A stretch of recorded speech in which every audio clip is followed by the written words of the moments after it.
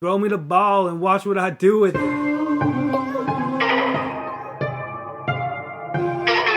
are now tuned into the CherryPickin podcast with your host, Andre Cherry.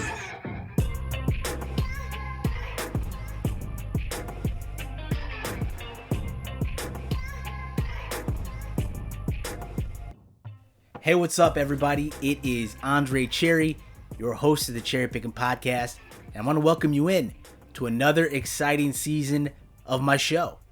We are starting things off right. This is the first episode of season 4, if you can believe it or not. This has been a long time coming, and I feel like 3 seasons in, and I'm still just getting my feet wet with this podcast, and I appreciate it if you are a fan of the show or a listener. I appreciate you tuning in and downloading this episode. It's been a fun ride, and I'm excited for season 4. We'll start to pick up some steam here as we get closer to the start of the season, but I thought, there's been some news in college football. Why not pop on the podcast mic and talk to you all for just a little bit, just run down some of the latest news and developments within college football. We've got some big news as it pertains to the college football playoff.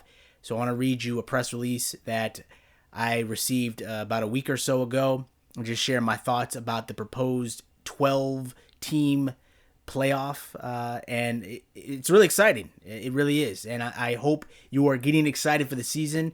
It is the summer. The season will be here before you know it.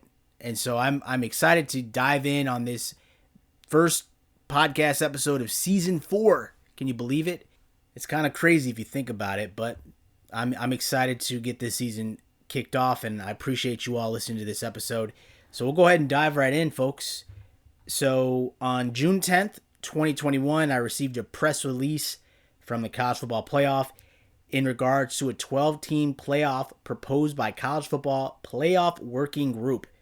The proposal would provide greater participation, and it says it's the first step in a long process. And I'll just read you this press release, and it goes, and I quote, "A subgroup of College Football Playoff's Management Committee today presented a proposal to change the current 4-team format to a 12-team event. The proposal was made to the full College Football Playoff Management Committee and is the first step in a process that will not conclude before this fall. The 4-team format has been very popular and is a big success," the members of the 4-person working group said in a statement, "but it is important that we consider the opportunity for more teams and more student athletes to participate in the playoff. After reviewing numerous options, we believe the proposal is the best option to increase participation, enhance the regular season, and grow the national excitement of college football," end quote. So I'll stop right there. So the first thing that the College Football Playoff Management Committee said in this statement was that the 4-team format has been very popular and is a big success. I don't know if I would agree with that statement. I think it's got a lot of attention on it because it's only 4 teams in the playoff every year, and it seems to be the same teams reappearing. Alabama has been in there a handful of times. Clemson has been in there a handful of times. We have Ohio State in there. They've been in there not as frequently as Alabama or Clemson, but there really isn't any parity there. There isn't really any mixture of teams in there. Well, Oklahoma will be in there, and they'll get bamboozled every time they play in the college football playoff. Notre Dame has made a few appearances as well. I mean, I wouldn't say that it is popular. I feel as if there are a lot of fans from other teams that aren't represented who make vocal opinions, vocal statements against the 4-team format or against the fact that their team just missed out of making it to the playoff. And the argument against that would be, well, win your conference championship and then you're in. I'm thinking most notably to Georgia. Didn't make it a few seasons ago when they had they had a great run and they lost to Alabama in the SEC championship game, and they lost their spot to go to the playoffs. And then they eventually, I want to say they lost to UCF, the national champions, UCF. So, there are teams in there that make strong arguments for why they should be included in the current playoff system, but the way that it's set up, you don't make it in unless you are winning the conference championship of your particular conference, or if you were a Power 5 team, most notably. The Group of 5 team haven't made it into the tournament, and there have been some good teams that probably deserved a shot to make it in, but missed out on that opportunity. The Pac-12 isn't represented in the college football playoff format currently because the other conferences have a stronger strength of schedule. So I'm talking the Big Ten, the ACC, the SEC, and then Notre Dame has made it in a couple times as well. So it's not really set up to allow other teams outside of the Power 5, outside of the Big Ten, ACC, SEC to get in. And it's not fair. And I don't know that I would say that it's popular and a big success. That is a reach. That is a reach. So I'll continue on here. It says the working group was appointed by their management committee colleagues and has met over a 2-year period to discuss possible new formats. The proposal calls for the bracket each year to include the 6 highest ranked conference champions plus the 6 highest ranked other teams as determined by the College Football Playoff Selection Committee. No conference would qualify automatically, and there would be no limit on the number of participants from a conference. So that's huge. So I think that certainly helps the SEC out, because there are some monsters in the SEC, and it seems almost unfair to only give it to Alabama every year, or whoever wins the SEC, because the strength of teams, the quality of the teams in the SEC, I think by far is some of the best in the country. You can make an argument for the Big Ten. The ACC hasn't been dominant in recent memory, but there's some teams that will be knocking on the door this year. I'm thinking of UNC for sure, Miami for sure, NC State, dare I say NC State, my beloved Wolfpack. I mean, they are a pretty solid team year in and year out. Clemson is always going to be in the hunt. Maybe FSU one of these years. We'll get back to it. So I think that is huge by the committee management, the management committee, to break that out. The proposal calls for the 6 highest ranked conference champions plus the highest ranked other teams as determined by the selection committee. So that's cool. It allows more competition to get in, and you don't necessarily have to win your conference championship. You just have to be one of the highest ranked teams. So that definitely is a good thing in my opinion.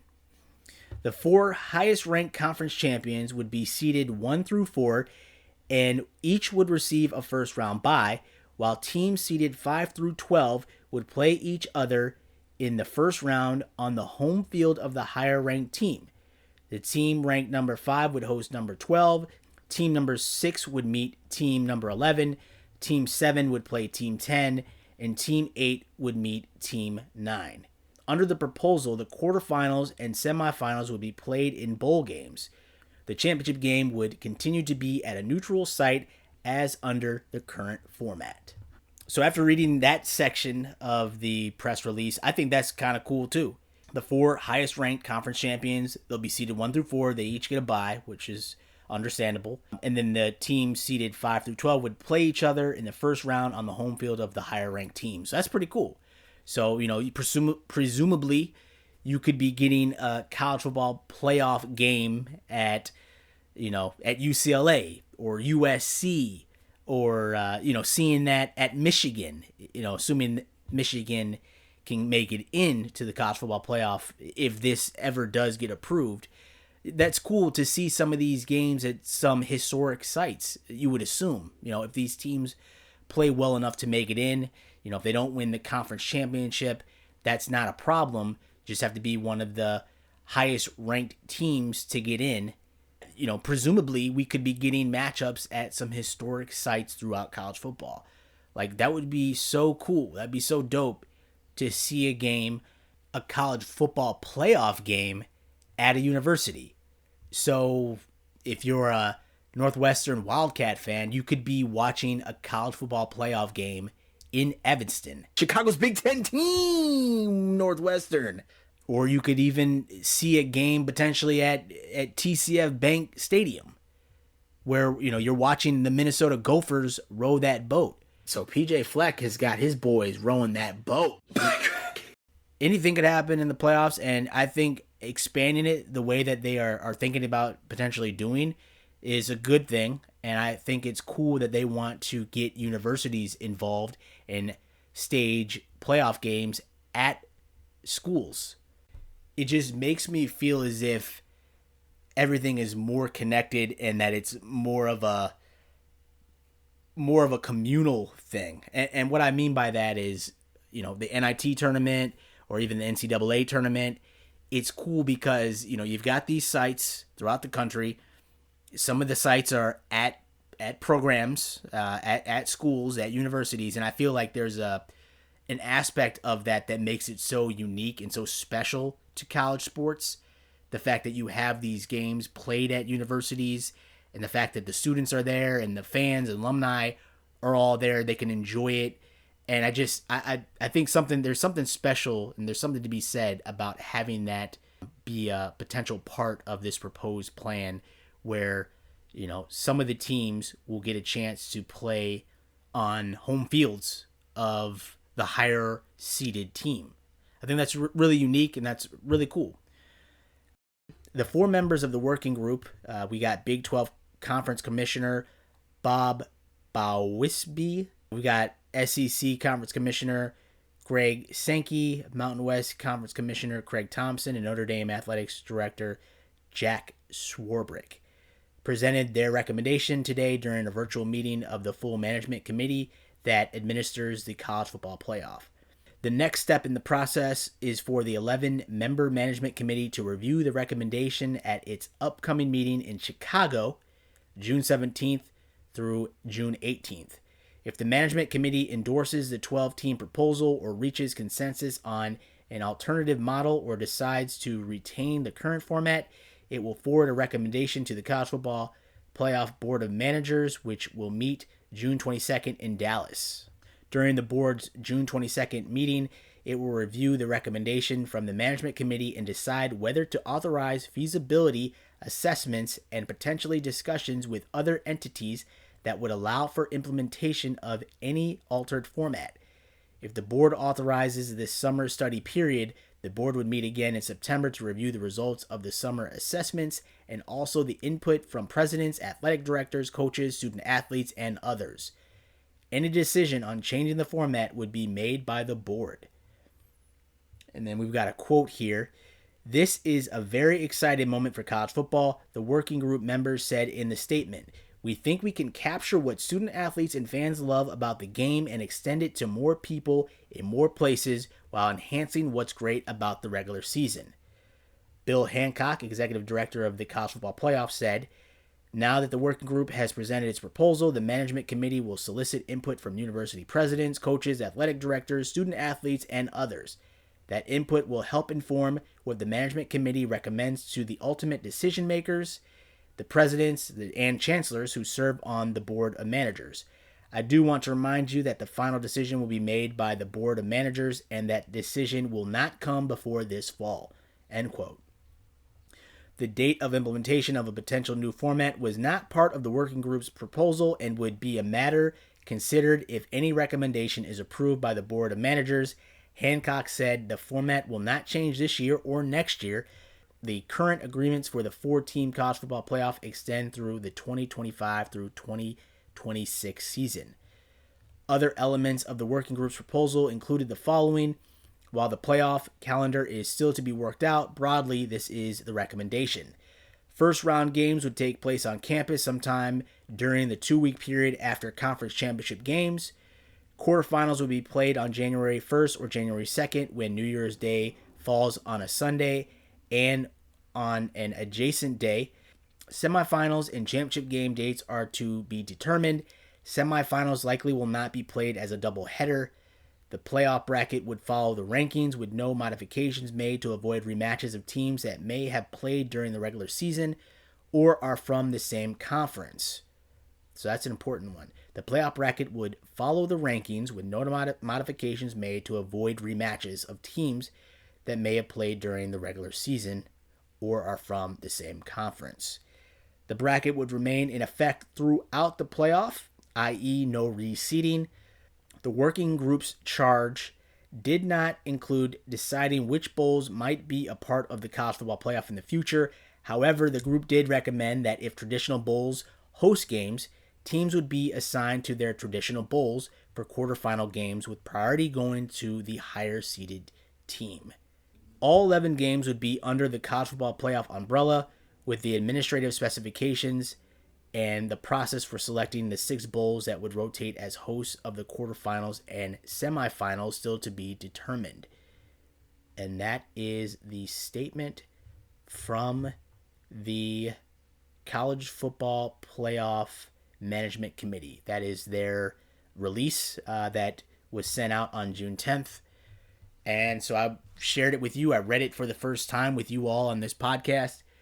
And that's some exciting stuff if you're a college football fan and you love the sport and you love what the college football playoffs represent and the fact that they're increasing it and expanding to 12 teams potentially. I think that is a good thing. I think there's been enough discussion and clatter about it over the years. Should it be expanded? Should it not be expanded? You know, some folks probably believe that it is good in its current state. I wouldn't say that it's good. I think it's the best model that we have today. But I think trying to include other teams and other conferences and the group of 5 in this playoff format would be awesome for the sport. Folks love March Madness. And you got, 64 teams included in March Madness. We will certainly not get to that point where it's so large and so massive, but the fact that we have 12 teams potentially in this playoff would be a good thing because you get parity in the college football playoff. I'm tired of seeing Alabama. I'm tired of seeing Clemson. I'm tired of seeing Oklahoma. I want to see other teams represented, and I want to see other rounds included in the playoff to maybe weed out some of these teams that we think are the best and truly fall flat. You know, I'm thinking a few years ago, Ohio State fell flat against Clemson. Several years ago on that run LSU had to eventually win the national championship. But I just feel as if I want to see other teams and I want to see other rounds to see truly who is number one. Who is the best team in college football playoff? If it's Alabama, show me. Just show me. Show me against a team like Utah. Utah was good last year. They've been solid the last couple years. They didn't get a shot to make it to the playoff. I wonder what they would have done in the playoffs when they were really riding hot. Or an Oregon team. I want to see these matchups. I want to see what the group of 5 can do. UCF, Cincinnati. These are some teams that are going to be good this year. I want to see what they can do, and this is not this year that this would even go into effect if it's approved, but you know what I'm saying. If this was this year, that would be something to see. I think it's a good thing. I don't think that's. I think certainly there might be things that we'll see if this was proposed that can be improved on. I'm not saying that this is a perfect proposal by any means, but I am open to it. I'm excited for it if it were to happen. And I think it's only good for the game. And I think it's a good thing when you can get more eyes on the playoffs, more fan bases invested into this playoff, because I think, or I'm just speaking for myself, seeing Alabama every year or Clemson every year, it is not as fun as it would be if there were more teams involved and we truly see them go through the rounds on their way to becoming the national championship, the national champion. I'm just saying, let's just add some parity to it and let's have some fun here. So more to come on that. I just wanted to share that news with you all. I know it's been out for a little while now, but I thought it would be good to hop on the mic today just to share my thoughts and to read that release with you all today. While we're talking about bowl games and college football playoffs, There was a headline that I saw in the news just today about Jimmy Kimmel getting a bowl game, and this comes from ESPN. Jimmy Kimmel to be title sponsor of LA Bowl, which will debut in December. And so the LA Bowl has found a big name to be its first title sponsor, Jimmy Kimmel, ABC talk show host, late night host Jimmy Kimmel. The inaugural edition of the Jimmy Kimmel LA Bowl will be played December 18th at SoFi Stadium in Inglewood. The host announced on his show, Jimmy Kimmel Live, on Wednesday night, and that game will most certainly air on ABC. And Kimmel said, "This is not a joke. This is a real bowl game named after me, so mark your calendars. It's like an early Christmas gift for us all," end quote. SoFi Stadium confirmed it has reached a multi-year deal with Kimmel to put his name above the title of the LA Bowl, the first college football game to be played at the year-old arena. The game's debut was delayed from 2020 until 2021 because of the coronavirus pandemic, which we are all aware of, and I'm sure we are all hoping for the end of. But it will match the Mountain West champion against the Pac-12's number 5 bowl selection. Never before has a bowl game been named after a human being. As far as I know, I didn't check. That's a statement from Jimmy Kimmel, who said that in a statement. And he goes on to say, on December 18th, my dream of being forever enshrined alongside orange, rose, cotton, and peach comes true, end quote. So that's pretty interesting news. Jimmy Kimmel gets a bowl game named after him. What's next? Conan O'Brien will get one? Or maybe Jimmy Fallon? That'd be interesting to have a bowl game in New York City, probably at Yankee Stadium in December. The Jimmy Fallon Bowl. I mean, I bet no team would want to play in that bowl. Probably cold as hell, maybe snowy, wintry conditions, but that's interesting news, and I can tell you I was pretty shocked and surprised to see that in the news. But, nothing surprises me these days. So I'm sure I will be glued to the TV screen to watch the Jimmy Kimmel Bowl, and that'll be pretty exciting. Other than that, what's popping off here in college football? Let's see. Oh, just today, this is another story from ESPN. I saw an alert that the NCAA is investigating Arizona State football for possible recruiting violations. So the NCAA, they are investigating allegations of violations within the ASU football program, and the school confirmed that in a statement to the media earlier today. ASU spokeswoman Katie Packett did not specify what the allegations are related to, citing NCAA bylaws for ongoing investigations, but sources told ESPN that the potential violations are linked to recent recruiting practices and likely involve several Arizona State coaches. So sources told ESPN that part of the NCAA's investigation involves ASU hosting prospects during the recruiting dead period, which lasted from March 2020 to June 1st, 2021. But because of the coronavirus pandemic, FBS programs were prohibited from having recruits on campus during the dead period. So that's a no-no. And I'd be curious to know if there were other programs that are guilty of what ASU is guilty of doing. Yeah, that was news that broke out today. And so we shall see what comes of that investigation from the NCAA. And I also read here that ASU's compliance staff has started interviewing coaches about the allegations. Football coach Herm Edwards' involvement in the investigation is not yet known, and a spokesperson for the department referred questions to the university. So we shall see what becomes of that. Hopefully the penalties, if there are any, aren't too crazy.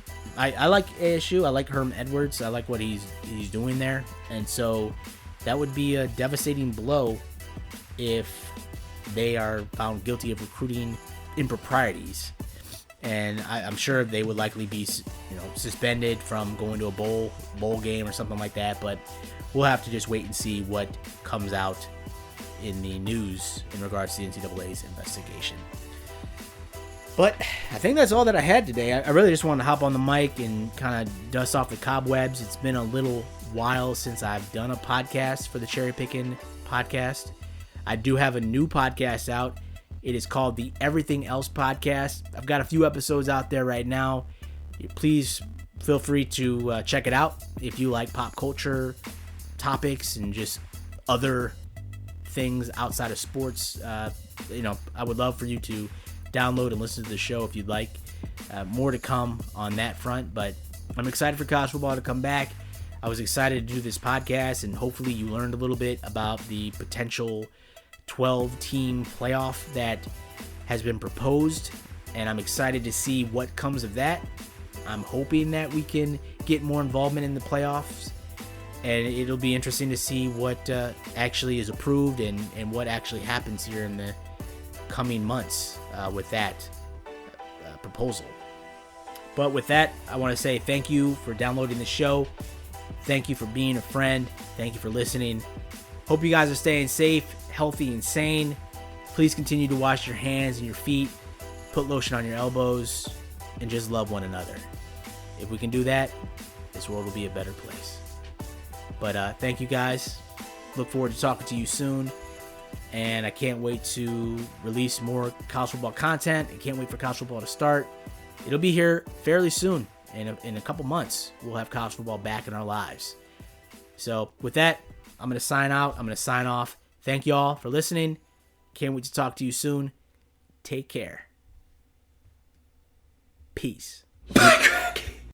Thank you again for tuning into my CherryPickin podcast. If you enjoyed this episode, please feel free to subscribe to my show and drop me a rating on Apple Podcasts. All of my digital content can be found at the website CherryPickinSports.com. And if you are looking to interact with me via social media, my Twitter handle is @Cherry_Pickin. That's PICKIN. On my Twitter, you'll also find a link to my blog where I post my weekly college football predictions and analysis. I can also be reached via email at CherryPickinSports@gmail.com. Please feel free to reach out to me regarding what you like about this podcast or about what content you'd like to hear more of on future episodes. I sincerely thank you for your support, and I can't wait to talk to you again soon. Take care.